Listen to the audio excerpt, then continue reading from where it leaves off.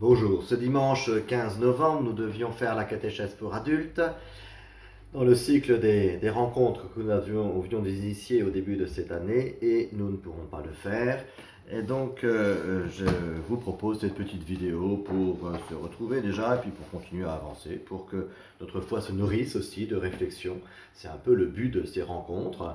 Bien sûr, on est heureux de se retrouver physiquement et de prier un petit peu ensemble, mais il y a aussi l'éclairage de notre raison. Et pour mieux comprendre le sens de ce que nous expérimentons, de ce que nous voyons autour de nous, de ce que nous savons, et puis des étapes, parfois heureuses, parfois difficiles, d'une vie humaine. Voilà, donc nous reprenons cette petite catéchèse aujourd'hui sur deux thèmes, puisque chaque catéchèse mensuelle, nous avions décidé cette année de suivre le petit livret du diocèse sur l'année mariale et de prendre deux approches catéchétiques des deux mystères du rosaire qui sont proposés chaque mois. Approche catéchétique, bien sûr, pour ne pas simplement rester à une lecture biblique, un commentaire spirituel du mystère du rosaire, mais d'essayer de comprendre sur quel point de catéchèse ce mystère peut être approfondi et comment ce travail sur la doctrine de l'Église nous permet de mieux comprendre, de mieux vivre notre prière à travers ce mystère. J'ai utilisé un mot qui, dans certains contextes autour de nous, peut être compris comme un gros mot, le mot doctrine, et il est pourtant très important non seulement de le comprendre, mais de bien le comprendre. Ce n'est pas la doctrine quelque chose qui serait forcément extérieur à nous et qui nous serait imposé comme quelque chose qu'il faut croire absolument, mais c'est d'abord un éclairage au nom de la vérité sur ce qui est et sur ce que Dieu veut nous révéler. Et ce qui nous révèle passe par les différentes dimensions de notre être, nous le ressentons, nous le désirons, mais nous avons aussi à le réfléchir, et c'est cette partie de notre être humain qui est notre capacité de comprendre et de posséder, non pas tout le réel, mais de posséder des morceaux de réel à travers notre raison. C'est cela qui nous est donné de pouvoir mettre au service de la présence de Dieu dans ce monde. Et c'est un des rôles de l'Église que d'enseigner, c'est-à-dire de continuer ce que le Christ Jésus lui-même a fait et de nous faire mieux découvrir avec notre raison les mystères cachés de Dieu et de la vie humaine. Voilà, c'est une faille importante de notre société de ne pas avoir ces bases et d'être obligé de réagir, de vouloir, de chercher uniquement à partir de la sensibilité qui fait partie de notre être, qui est importante, mais qui ne peut pas être le tout. Et nous savons très bien, l'expérience nous montre que cette sensibilité est très mouvante et très fluctuante dans une vie, et si c'est notre référence, eh bien forcément, ça ne peut pas tenir et ça ne peut pas nous aider à progresser. Ça peut même, en contre-coup, nous décevoir et nous pousser à un certain fatalisme qui est forcément quelque chose qui ne peut pas aboutir à grand-chose. Alors, les deux mystères, alors ça fait à chaque fois deux thèmes, parce que c'est des mystères qui n'ont pas forcément de lien les uns avec les autres.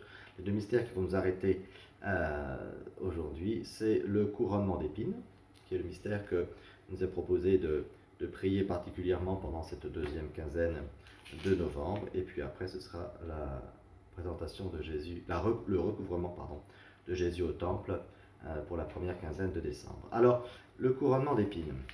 Jésus est couronné d'épines, c'est une étape de sa passion, et c'est une étape que l'on associe habituellement dans la spiritualité à toutes les souffrances spirituelles et morales. Et c'est en distinction avec les souffrances physiques que le Christ va porter pendant sa passion, nous le savons bien, et c'est une dimension importante de nos vies et de nos questionnements que cette souffrance physique. On est déjà revenu, on reviendra encore sur ce thème.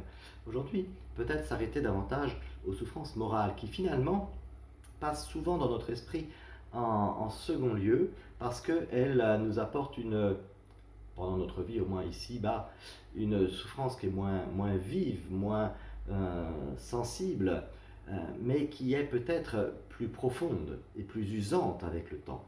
Et ces souffrances morales, qu'on peut appeler par exemple la solitude, par exemple le fait de se croire incompris, de se croire délaissé, de se croire bouc émissaire de telle ou telle personne ou telle situation, eh bien, c'est être moqué par les autres, être rejeté. Toutes ces situations sont une souffrance profonde. Et une souffrance profonde que le Christ a pleinement portée dans sa passion.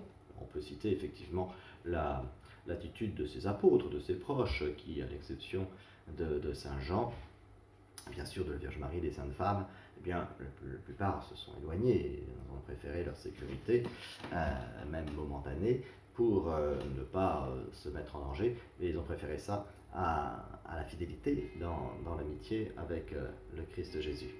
Donc il y a dans les souffrances du Christ, il y a cette peine de se sentir un petit peu délaissé, de se sentir un peu rejeté, pas compris, et puis cette foule immense qui l'acclamait quelques jours auparavant et qui soit va le laisser partir à son sort, ou alors qui va même venir par curiosité pour essayer de voir un dernier miracle, et qui va même pour certains, emporté dans le mouvement de la foule, va se mettre à conspuer le Seigneur Jésus.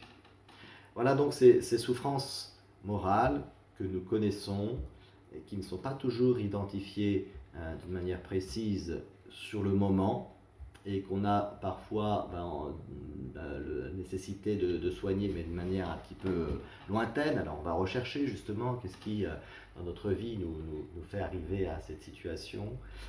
Ces souffrances morales, le Christ les a portées, et les a portées précisément dans ces heures de sa passion, pour être avec nous, et peut-être pour, en même temps, nous dire qu'il y a des clés, et qu'il y a des clés dans la psychologie peut-être, mais pas simplement.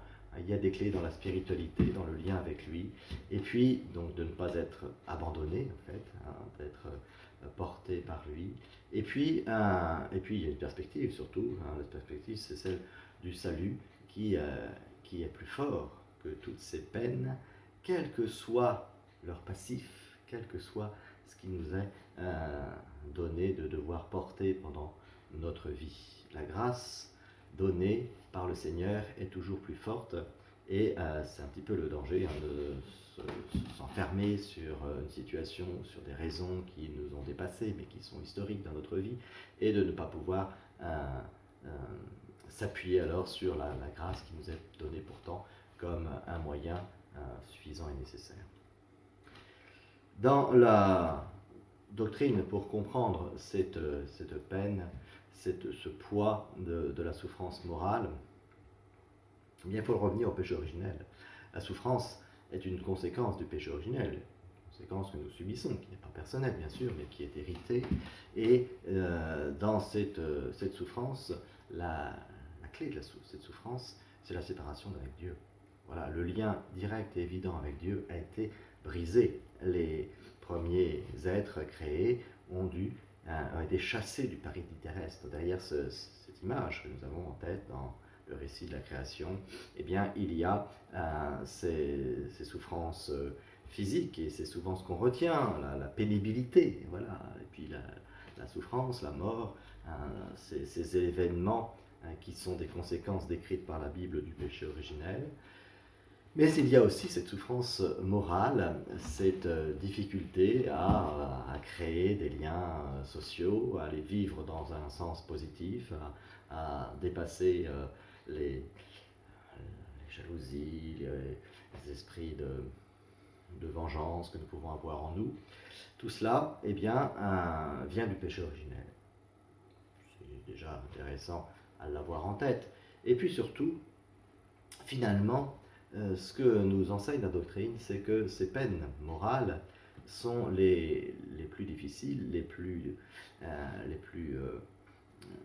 définitivement dures à porter, puisque lorsque la doctrine de l'Église nous parle de l'enfer, de la séparation définitive avec Dieu, il y a des images de peine physique dans cet enfer. Nous les connaissons bien dans la Bible. Mais en même temps, cette peine physique, avec un corps qui n'est plus le corps matériel que nous connaissons sur Terre, eh bien, on a du mal à les comprendre dans une éternité. Il y a des correspondances, certainement, mais il y a une expérience qui nous échappe. Par contre, l'enseignement constant de l'Église est de nous dire que la peine la plus dure à porter dans l'éternité de l'enfer, c'est ce qu'on appelle la peine du dent, c'est-à-dire la séparation définitive avec Dieu. C'est cela la peine la plus terrible. Et c'est cela aussi qui est le drame des démons, de Satan et des démons, c'est d'avoir été séparés définitivement de Dieu et de ne plus avoir la possibilité de l'espérance et de l'amour, d'être totalement dans la haine comme la seule issue possible, mais qui est une issue qui dégrade bien sûr l'être, qui l'abîme définitivement. Donc là, dans l'éternité, la peine du dent est vraiment ce qu'il y a de plus terrible, la séparation avec Dieu. Et il faut comprendre que dans les souffrances morales et spirituelles que nous pouvons vivre, eh bien, l'origine première de ces souffrances, au-delà des événements et des circonstances historiques qui les ont provoquées, c'est une séparation avec Dieu. C'est la séparation avec Dieu, c'est la distance que nous avons hérité de péché originel. Ce n'est pas forcément des péchés personnels qui ont cette conséquence. C'est même souvent des péchés d'autres personnes qui nous ont été transmis. Mais c'est cette souffrance morale qui vient de la distance qu'il y a entre Dieu et l'humanité à cause du péché hérité en premier lieu. Mais on en rajoute des couches avec le péché personnel, mais déjà par le péché hérité. Donc la situation qui est la nôtre, et surtout l'espérance, la perspective qui doit être la nôtre dans cette situation, c'est le lien avec le Seigneur. C'est le lien avec le Seigneur, alors on ne peut pas dire qu'il guérit définitivement, mais qui est la source de la guérison définitive qui viendra comme un don gratuit de Dieu pour l'éternité. Donc il y a cette recherche de Dieu, cette recherche de la présence de Dieu qui vient pour combler ces failles des blessures morales et spirituelles que nous pouvons ressentir, mais qui sont de toute façon pas présentes dans nos vies. Ça, il n'y a pas de vie qui soit exempte de cela. Donc il nous faut justement, dans notre vie spirituelle, c'est le but de la vie spirituelle, la vie de l'esprit, rechercher cette présence de Dieu, rechercher cette proximité avec Dieu pour aplanir notre chemin, aplanir notre vie, c'est un peu le thème qu'on retrouvera dans le temps de l'Avent qui va bientôt arriver, aplanir notre vie à cause de ces aspérités que nous subissons, que nous provoquons aussi de notre part dans les blessures morales. Donc le point important qui peut éclairer notre prière dans la méditation du mystère du couronnement d'épines va être ce désir de voir Dieu, d'être proche de Dieu,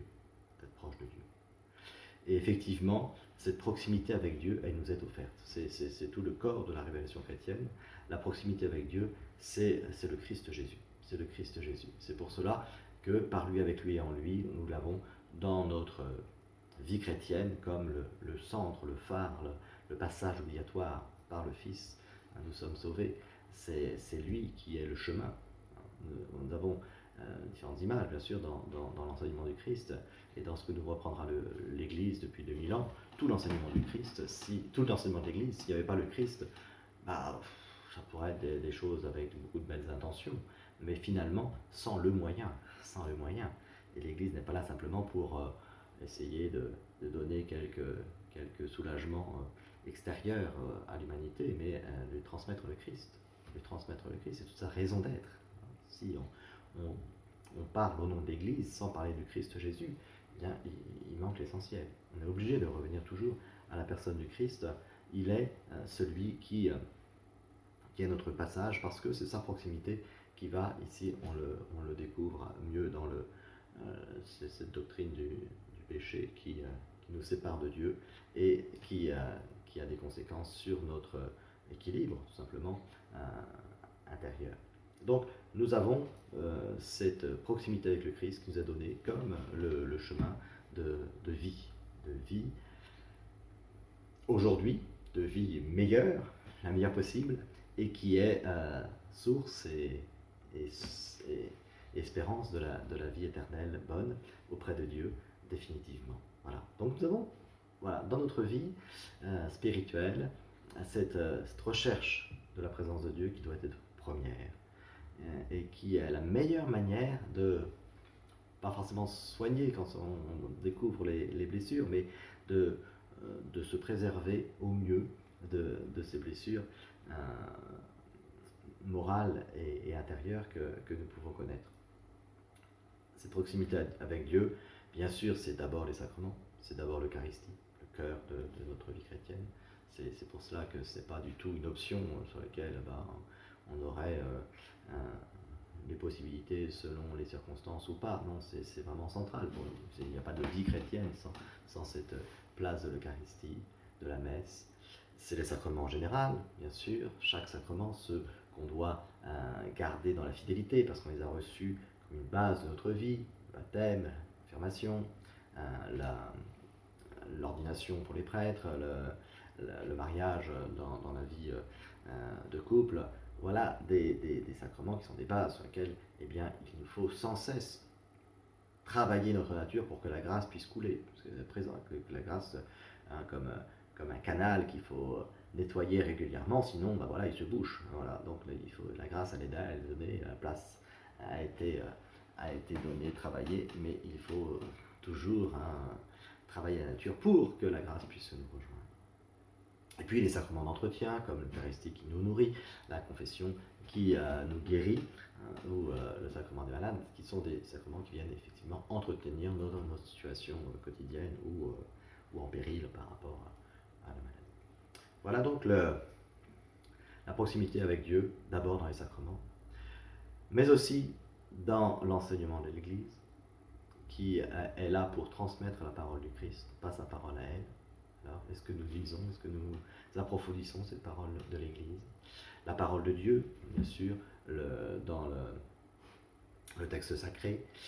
Et puis la présence de Dieu qui est important, nous a rappelé particulièrement peut-être en ce temps compliqué, difficile que nous vivons, la présence de Dieu dans l'autre, dans le pauvre, dans celui qui est dépendant de nous, qui a une dépendance vis-à-vis de nous. Et nous, il faut qu'on reconnaisse aussi une certaine dépendance vis-à-vis des autres. Il y a cette interdépendance. Et il y a toutes les pauvretés qui nous font découvrir ces dépendances et cette responsabilité que nous avons d'aller vers l'autre, de ne pas être insensible et de faire ce qu'on peut, bien sûr, selon nos moyens, mais nos moyens sont réels. Et c'est de cette manière-là aussi que nous rencontrons le Christ. Ce que vous avez fait au plus petit d'entre les miens, c'est à moi que vous l'avez fait. Le Christ Jésus nous le redit de manière claire et précise dans l'Écriture sainte. Voilà, donc c'est ce premier thème sur lequel vous pourrez réfléchir un peu. Bien sûr, je vais être un peu plus court que lorsqu'on fait la catéchèse en direct, ensemble, mais c'est aussi le moyen d'arrêter la vidéo, de réfléchir, de chercher, de faire des liens avec tel ou tel. Et puis, donc le deuxième thème, maintenant, Jésus au temple.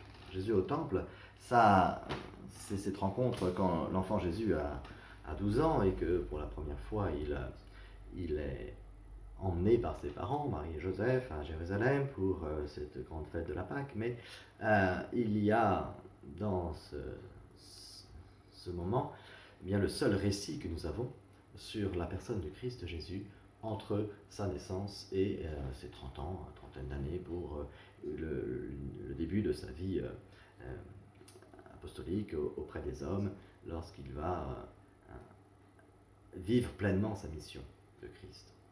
Alors, dans cette enfance et ce début de vie adulte que le Christ a vécu, il y a rien, pratiquement rien dans l'Évangile, à part ce passage qui est celui du recouvrement de Jésus au temple, avec cette recherche pendant 3 jours angoissée de ses parents. Alors, qu'est-ce qu'il y a à approfondir dans la doctrine à cet endroit-là, ben c'est justement ce problème, dans notre perception des choses, de cette double nature divine et humaine du Christ Jésus. Jésus, dans son incarnation, on l'a déjà un petit peu approfondi dans le mystère de l'incarnation, est pleinement Dieu, pleinement homme. Plus que ça encore, il faut être précis, 100% Dieu, 100% homme. Alors c'est une équation mathématique que nous ne pouvons pas résoudre d'une manière logique, bien sûr, puisque être 100% de foi, c'est être deux fois, et Jésus est qu'un. Il est unique, il est un dans sa nature, mais il est en même temps complètement dans son être, dans sa substance, mais il est quand même complètement homme, et il a partagé tout ce que nous connaissons de l'humanité, à l'exception du péché, et il reste pleinement Dieu. Et peut-être, alors bon, ça on pourrait l'entendre comme ça, mais dès qu'on rentre dans les détails de sa vie, bien, ça nous pose quelques problèmes concrets, comment ça peut se vivre. Et certains ont un petit peu imaginé que Jésus ne savait pas sa mission, ne savait pas ce qu'il était. C'était un enfant plus sage que les autres, mais ça restait un enfant. Et c'est plus facile à comprendre, à exprimer. Il y a un film américain qui est sorti il y a quelque temps sur le jeune Messie, par exemple. Je l'ai vu il n'y a pas longtemps. Et on sent un peu ça, bien qu'il y a des découvertes qu'il fait de ce qu'il est, de sa mission, et plus même autour de lui, de ce pouvoir qu'il peut avoir. Mais c'est toujours un petit peu difficile et ambigu, parce que on a l'impression que c'est une conscience qu'il aura plus tard. Et il y a une hérésie consacrée de l'Église, enfin dans l'histoire de l'Église plutôt, qui a parlé d'adoptionnisme au moment du baptême du Seigneur, qui recevrait sa mission d'en haut. Tout d'un coup, il devient le Messie, ou il comprend qu'il est le Messie. C'est pas simple.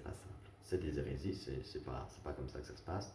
Hein. Le Christ Jésus, en même temps, il apprend pleinement, il découvre pleinement dans son humanité, et en même temps, il est au-delà dans sa divinité. Et c'est peut-être à cause de la complexité de la situation qu'on ne nous donne pas justement beaucoup de détails de ces 30 ans, et que le passage qu'on nous livre est justement entre les deux.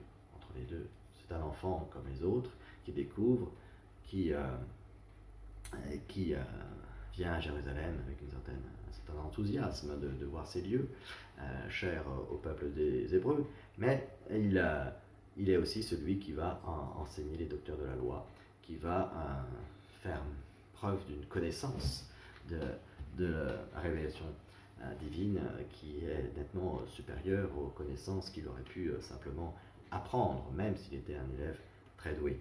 Et surtout, de faire le lien entre des connaissances, limite qu'un élève surdoué pourrait avoir, et le sens de cela. Ce n'est pas simplement qu'il citait les Écritures, c'est qu'il expliquait au docteur. Voilà. Et donc il y a ce lien entre la nature humaine et la nature divine, qui en Jésus peut respecter chacune des natures sans la froisser, en lui permettant d'aller jusqu'au bout d'elle-même, dans ce qu'elle est, sans effectivement diminuer. Par exemple, voilà, il faut que la mission du Christ soit accueillie dans la pleine liberté de son humanité. C'est ce qu'on va retrouver au moment de l'agonie, lorsque Jésus doit accepter ce mystère qui est devant lui. Alors, sur ce point, le catéchisme, vous allez me dire, ça ne dit pas tout, si ça dit quand même pas mal. Le catéchisme de l'Église catholique insiste sur le fait que toute la vie du Christ, c'est au numéro 514 et suivant, toute la vie du Christ est un mystère.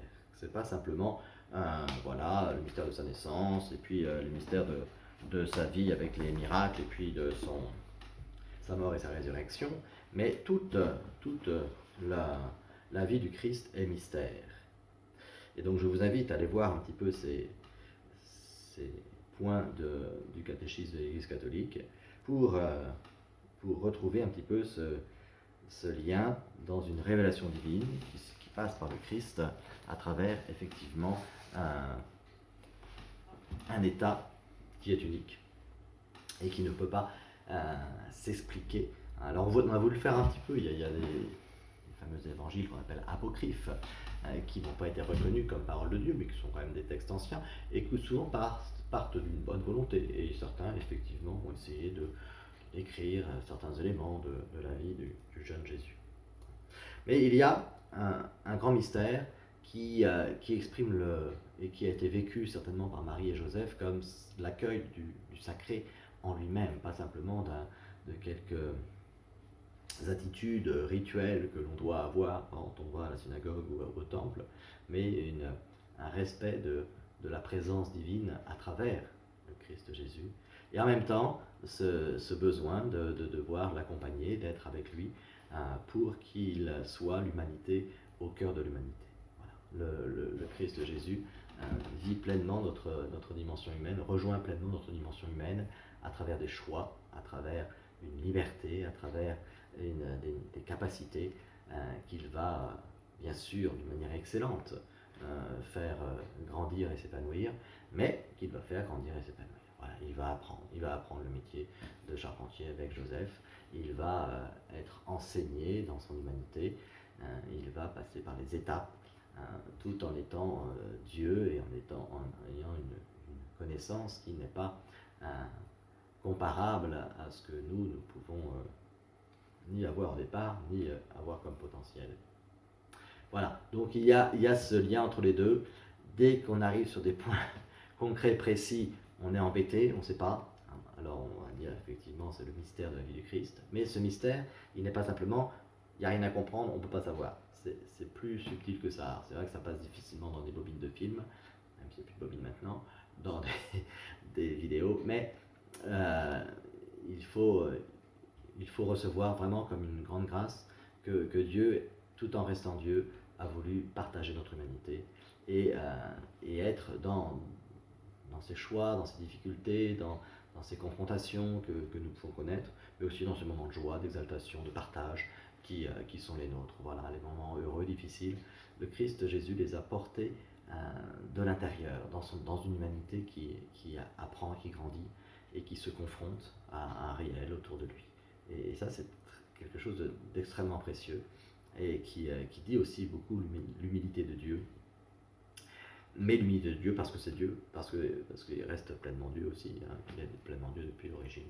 Voilà, qui nous permet d'entrer un petit peu dans ce mystère de la présence du Christ, qui est une présence qui continue et qui nous rejoint aujourd'hui d'une manière vraie. Pas simplement d'une manière plaquée, mais d'une manière vraie.